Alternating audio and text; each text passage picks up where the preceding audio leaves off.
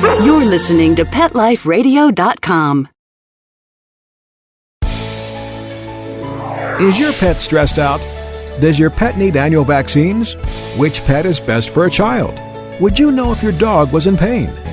Pet Life Radio presents The Pet Doctor, where you'll learn everything about keeping your pet healthy and happy.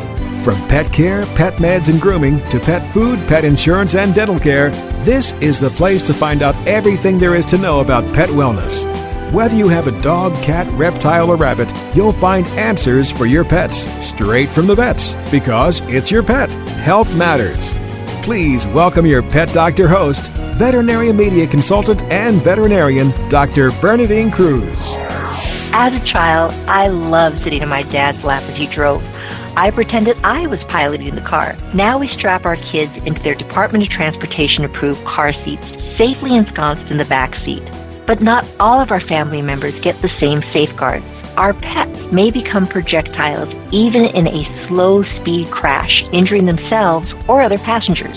Lindsey Wolko, the founder and CEO for the Center of Pet Safety, will disclose the results of a landmark study comparing dog-car safety harnesses. The findings may cause you to rethink taking your pet for a jaunt in the car. We'll be right back after the short break. Please have a seat in the waiting room. The doctor will be with you shortly, right after these messages.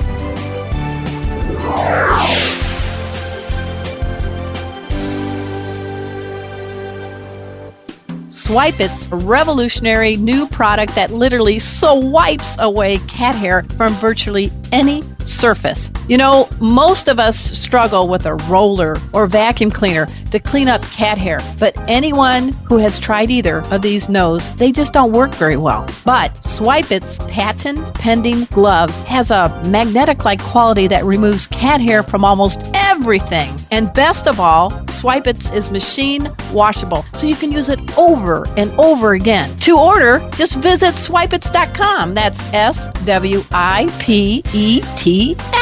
A simple solution for shedding.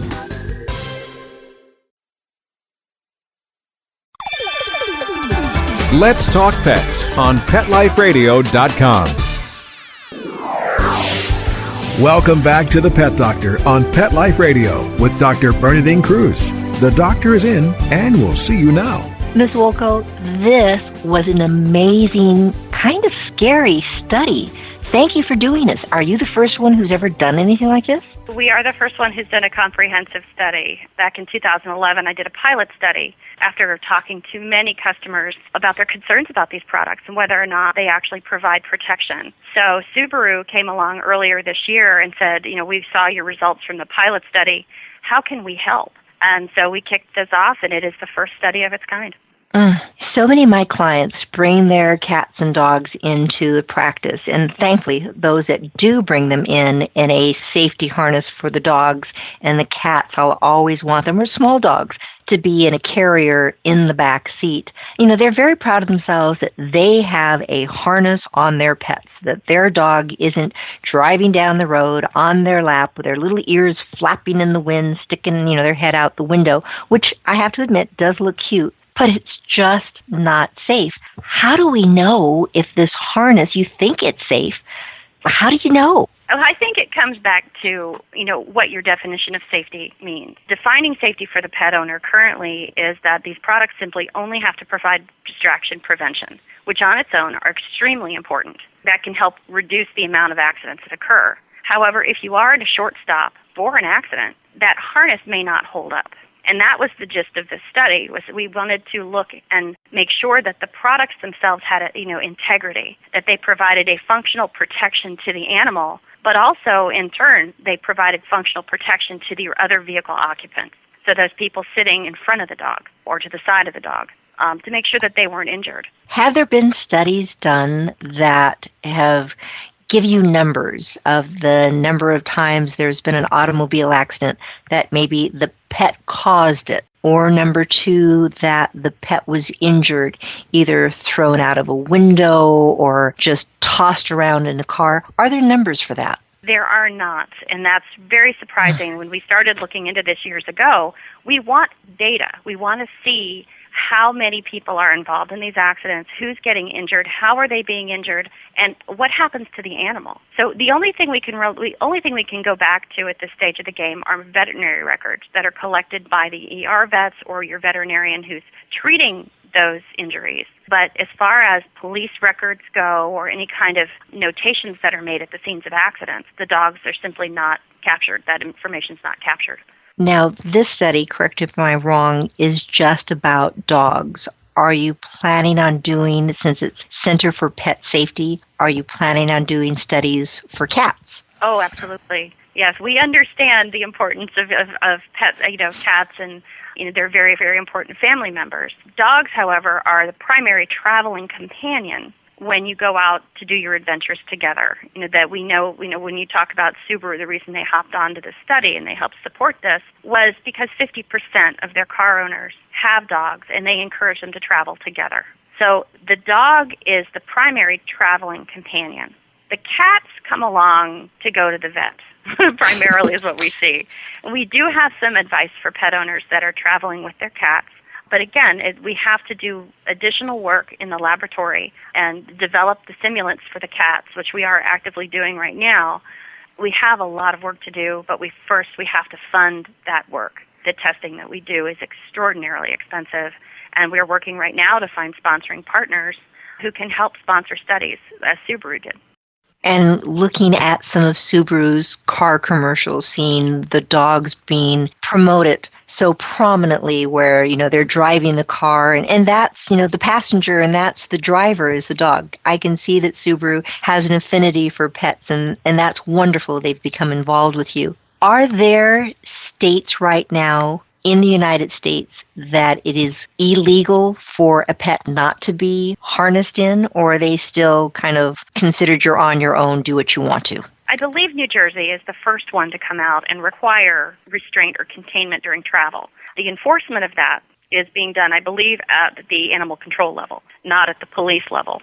That was my current understanding. And that's difficult because there's not that many out there to patrol, saying, yes, animal control is doing so many other things. Well, and again, it's kind of sketchy how that's being managed. We don't live in New Jersey, and while we did receive a phone call from the Assemblywoman, we haven't had a chance to sit down and talk to her about the success of their program. But we are working on an educational program that we would like to launch at a national level to help make pet owners aware of not only the risks to their pets, but also the risks to them and their passengers in those vehicles when those, we want you to select and use a product and make sure that that product actually does what it's supposed to do. So how does a pet owner, other than going to your study and seeing your findings, know if a harness may be good? I go to the pet store, I'm looking at these various harnesses. It looks like it's been tested. It looks like it's sturdy. It looks like it's expensive. So what should they look for? You really need to do some due diligence beyond going to your local big box retailer. Many of these retailers, they source products because of a price point. Those price points are so low. In many cases, we're looking at, $35, $40 and below. We know that the testing is likely not sufficient. In many cases, if a manufacturer claims testing and they are at that price point, the product itself may have been tested at one size, but not all sizes. So maybe the size medium might hold up, but what we recommend is for pet owners to go and investigate the manufacturer they're considering. Look for their website online. Look at the crash test video that they've provided. We're actually encouraging and working with manufacturers to allow them use of our test dogs so that they can produce their own test video content. We are wanting these products, when you see the test video, we want the products to prevent the launch of the test dog off of the seat of the sled that's being used. That will help reduce injury to your pet and help prevent your pet from becoming that tethered projectile, as it were, that could still hit you if you are traveling. You've got many of these products have long extension tethers, and the long extension tethers are of great concern to us. That's one of those reasons, if you look at their summary report that we've made available on our website, centerforpetsafety.org, you will see that manufacturers were downgraded if they had these long extension tethers because they allowed the dog to launch, in some cases, 6 feet forward. 6 feet is just a huge distance. That's the back of the seat to the windshield, it seems like, in a small car. Essentially, if the dog had a clear shot with one of those products and had a clear shot to the front, the dog could be tethered in the back seat, yet still hit the windshield. Wow. Lindsey, you were talking about having these test dogs where you can test it for a medium-sized dog in a harness. Your studies, actually, you needed to create test dogs. It's not one that you can just, we've all watched television commercials and different cars have been tested by the insurance agency and side crashes, and you see the dummies. But there was nothing like a test dog dummy, correct? You had to make it yourself? We did. We actually had a crash test dog developed back in 2011 for our pilot study, and we learned a lot with him. He was a 55-pound boxer. And we had, he would make maybe one or two tests, and then we'd have to replace him with another test dog. So we worked with. Why would you have to replace him? It seems like, he's in a little harness, and how is he being injured? He's a stuffed dog. Well, it's a stuffed dog, but it has a metal core to it. And because the products in our pilot study didn't provide the protection we were hoping, we had one that actually, unfortunately, tore the head off of our test dog.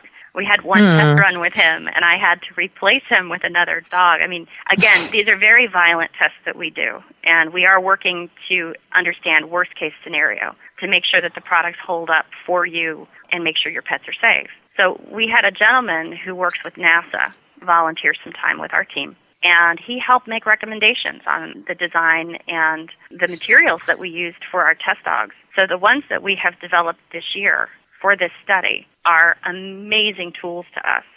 We have instrumentation that's embedded inside of them. They're actually authentically weighted. The center of gravity is in the right location. So they're very, very good simulants for testing these products. And we're very proud of our test dogs.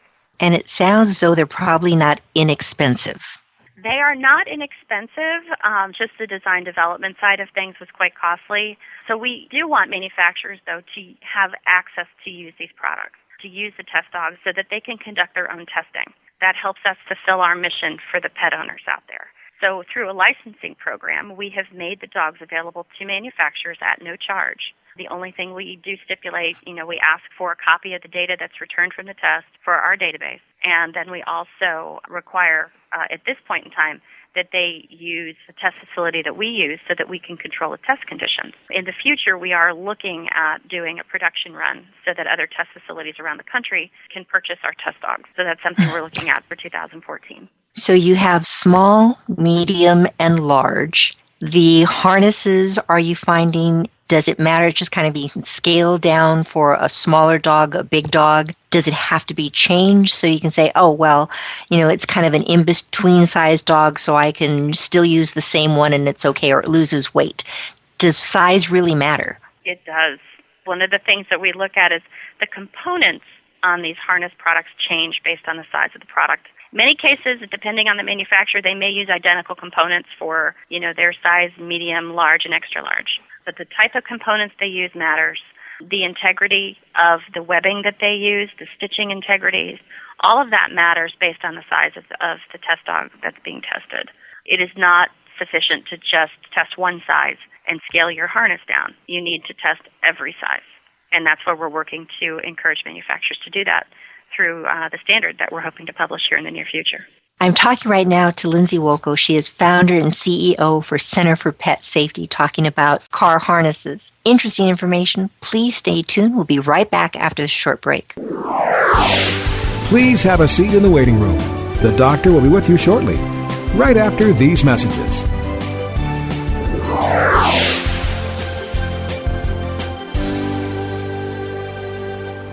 Hi, this is Tim Link, animal communicator and pet expert and host of Animal Rights on Pet Life Radio. Have you ever wanted to know what your pet is really thinking? Do you want to find out if they truly understand what you're trying to tell them? Ever wish you could build a better understanding and closer relationship with your pet? Well, now you can. Learning to communicate with animals is a 4-part on-demand workshop. In the workshop, you'll learn the essential techniques that are necessary to communicate with animals, including what is animal communication, breathing correctly to achieve the perfect state to communicate with your animals at a deeper level, using guided meditation exercises and method to communicate with animals, and how to send and receive information from your animals. So if you're wanting to learn how to communicate and connect with your animals at a deeper level, visit PetLifeRadio.com/workshop and purchase and download Learning to Communicate with Animals. You'll be glad you did.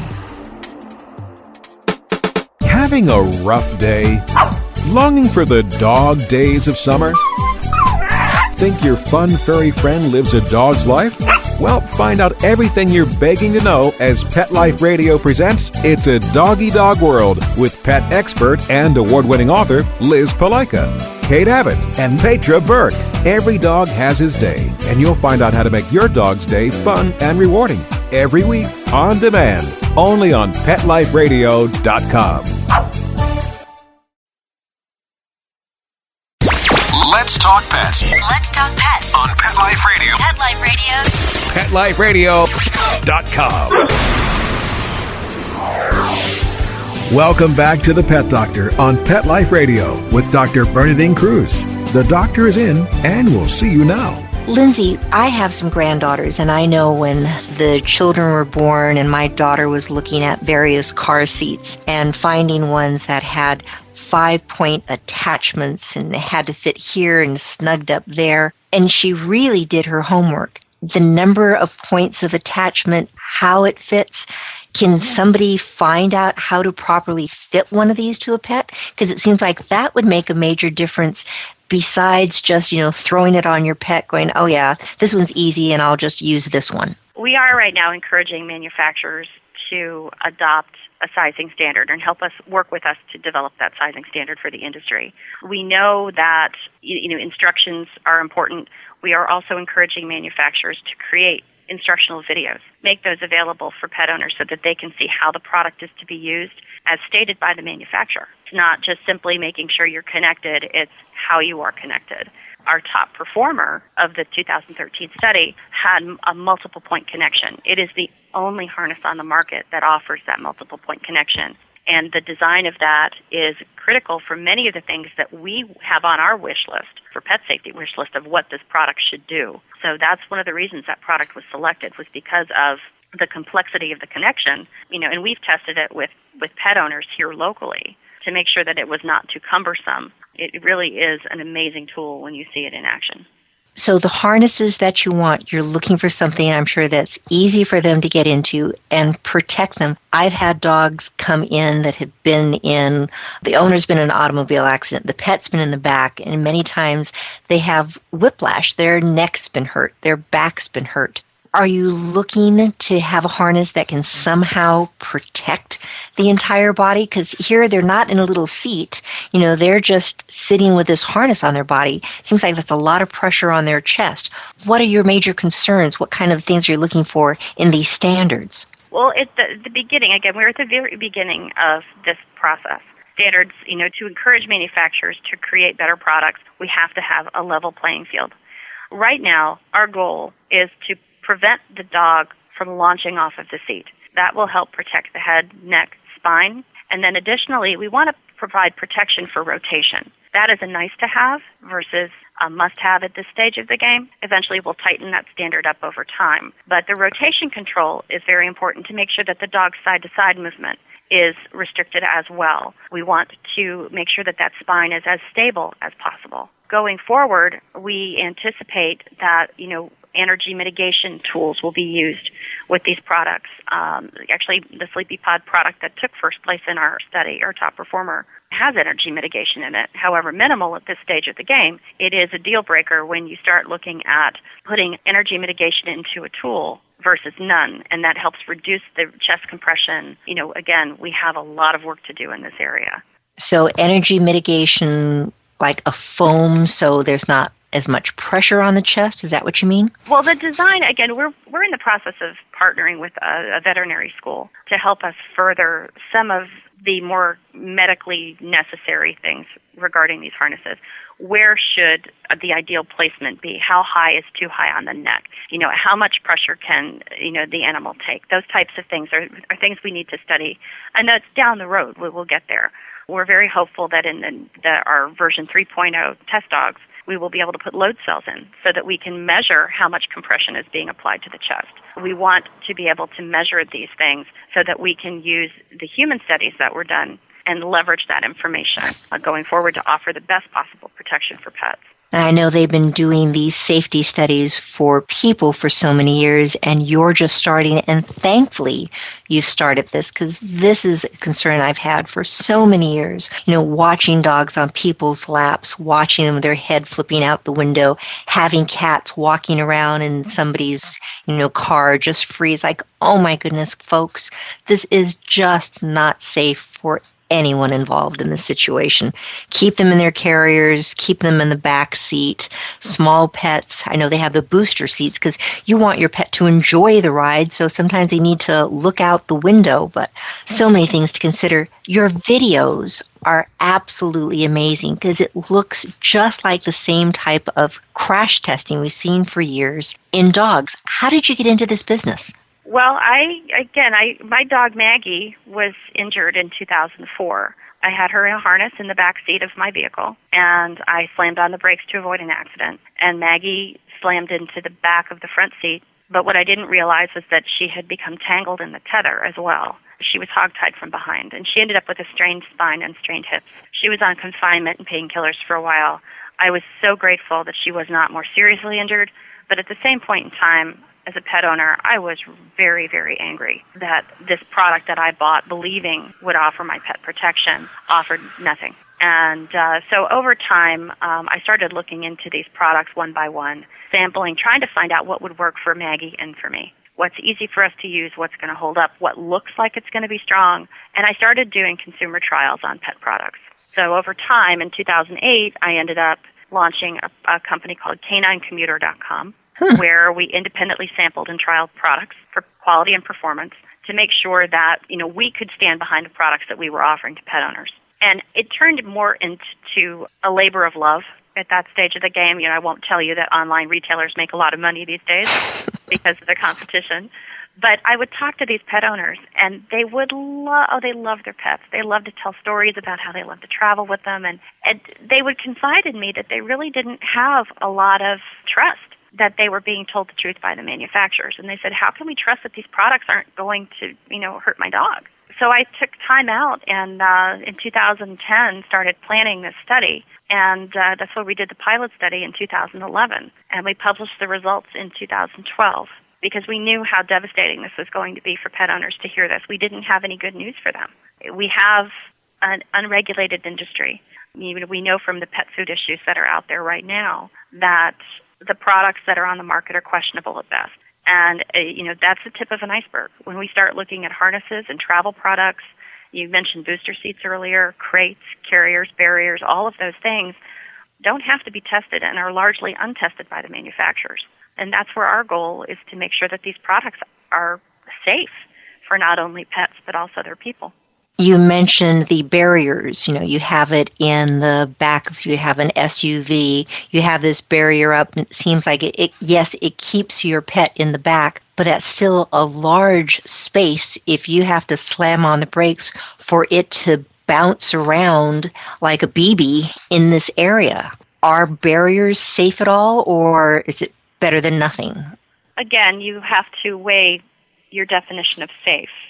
My definition of safe is that it's going to protect my pet and that's not going to cause injury to my pet or my vehicle passengers. Barriers we know are questionable because the metal barriers, again, many of them are based on tension bars, which are spring-loaded bars, and they're held in place by tension bars. So if your dog hits that in an accident or a short stop, it could cause that to shift. We are concerned about the dog hitting a solid, hard surface. We are concerned about the fabric barriers. Fabric barriers largely will offer nothing more than distraction protection. And we're just working to educate pet owners so that when they go out to purchase a product, they can say, all right, what is important to me? Do I just care about distraction, or do I really care about protecting my pet and my vehicle passengers? So we want them to make an educated decision. And that's where our mission lies, and to understand that we are working to encourage manufacturers to test products. We are working to improve an industry, trying to be as constructive as we can by inviting manufacturers to work with us and attend these tests. But at the same point in time, we don't receive any funding from manufacturers. We want to eventually work to become oversight and make sure that products that are marketed are independently tested and held to a standard to make sure that you're getting your money's worth, that that product that you buy has been independently tested and will offer real protection as evaluated by an independent, impartial entity. And you just answered one of my questions. I wanted you to disclose your top 4 harnesses in your safety rating. And these companies did not pay you any money to do this testing. This was testing that you did in conjunction with Subaru. And then tell us all how Subaru has embraced your results and this particular company that's number 1. Well, Subaru, like I said, Subaru reached out earlier this year, and they said, how can we help you? We're very concerned about our Subaru family and the pets that they love and they travel with. So Subaru provided all of the funding that was needed for this study. We worked together. They understood. They put it in the hands of the Center for Pet Safety, so we developed the study, the testing plans, the protocols, everything was, we worked with the engineering test facility. The engineering test facility we work with actually conducts all of the testing for the federal government for all the child safety seats. Very impressive company. The top 4 performers of this, again, we have to look at the way that Center for Pet Safety had to look at these products. So being a top performer, again, the only one that really stood up to the test was the SleepyPod Click-It utility harness. That is the only 3-point connection harness that's available on the market. It helped prevent rotation, the side-to-side rotation. It prevented the launch of the test dog consistently for every single size. There are 2 other products that also performed consistently across every single size. And those are the number 2, which is the All Safe product, and then number 3, which was the Rough Rider Roadie. Now, just because they tested evenly as far as all sizes performed the same doesn't mean that they prevented the launch off of the seat. That's what we were looking for, is to prevent the launch off of the seat. And both the All Safe and the Rough Rider allowed the test dog to consistently launch off of the seat. So there is a risk there. So that's why they were named, we have our rating system that, if you look at our report, we broke it down based on the consistency across the sizes. And then the 4th performer is an up-and-comer, and I really do think we're going to see some great things from our CPET canine-friendly crash-tested harness. That product rated first in our ease of use. It is a single-point connection, and 2 of the 3 sizes prevented the launch of the dog off of the seat. So I do feel that we will see some great things coming from the RC Pet people as well in the future. But just because they place 4th doesn't mean that we have recommended that product for people that have arthritic hands and things like that. They're having difficulties with some of the clips on the SleepyPod. It's best to protect your pet with a quality crash-tested harness. And we're working to, provide education to pet owners on how to select these things. Lindsey, I believe you have 3 dogs. Do you still allow your dogs to get in the car with you? I do. A fairly limited amount. I have this, I guess it's a sad thing that I just know too much. I've done other testing. We've looked at crates. We've done preliminary tests on some other products. And what I see frightens me. I'll be honest. That's why I'm driven to solve these problems for pet owners. We want people to take their pets with them. They are tremendous companions, and I love my dogs. But they do stay at home quite a bit now because I've just seen too much in the test laboratory. And last question for you. SleepyPod the Click-It utility harness sounds like it's a marvelous product. Is this one generally that's going to set people, they're going to look at the price tag and go, oh my goodness, I just can't afford this? Or is it something that's reasonable? And everyone has a different definition of reasonable. Well, a different definition of reasonable. But when we look at these products, again, you have to assess what's important to you. And this is a major point of education for pet owners. They look at the price point and say, I don't want to spend more than $30 on a harness. That harness, if that's the case, that harness is likely only going to provide you with distraction prevention. It will not necessarily offer you any crash protection. For a quality crash-tested harness, you're going to be looking to pay somewhere in the $75 to $115 range. And while people gasp when we tell them that, the manufacturers are doing their due diligence. They are creating products that are going to provide protection to you and your family and to your pet and reduce your vet costs. And, you have the option of risking an injury to your animal and paying those vet bills, which will far exceed a $100 harness cost. Very So easily. We look at these tools as an investment. Again, we found that you do get what you pay for when you look at these products, and it's something that we are encouraging pet owners to consider this as an investment in the safety of your pet and your family. Years ago, I talked to a woman, and her husband was hit in the back of the head by a dog that was flying across in an accident, and he had to be rushed in for emergency surgery, and it cost approximately $15,000 in vet bills to salvage their dog. And it was painful, and it was difficult, and it was a long healing process. We don't want people to go through that. If investing $100 prevents that from happening to you or your pet, we think that that's a good investment. Lindsey Wolko, Center for Pet Safety. Is there another site where somebody can go to learn more about these harnesses and ways to keep the four-legged member of their family safe in a car? We have published the study results on our website. Scroll down to the bottom of the homepage. We have video content on our website, centerforpetsafety.org. We have general travel information. We are working to update that and build a new website. And we have a lot of exciting things that we're hoping to bring to the table in 2014 to help further educate pet owners. But we're very hopeful that they do find value in the work we're doing. Well, Lindsey, it has been enlightening. Thank you very much. It's great information. I hope people take it to heart. Yes, you want to keep your pets with you, and you want to keep them safe. So this is Dr. Bernadine Cruz. I've been talking with Lindsey Wolko, and she is with Center for Pet Safety, talking about dog harnesses in the car.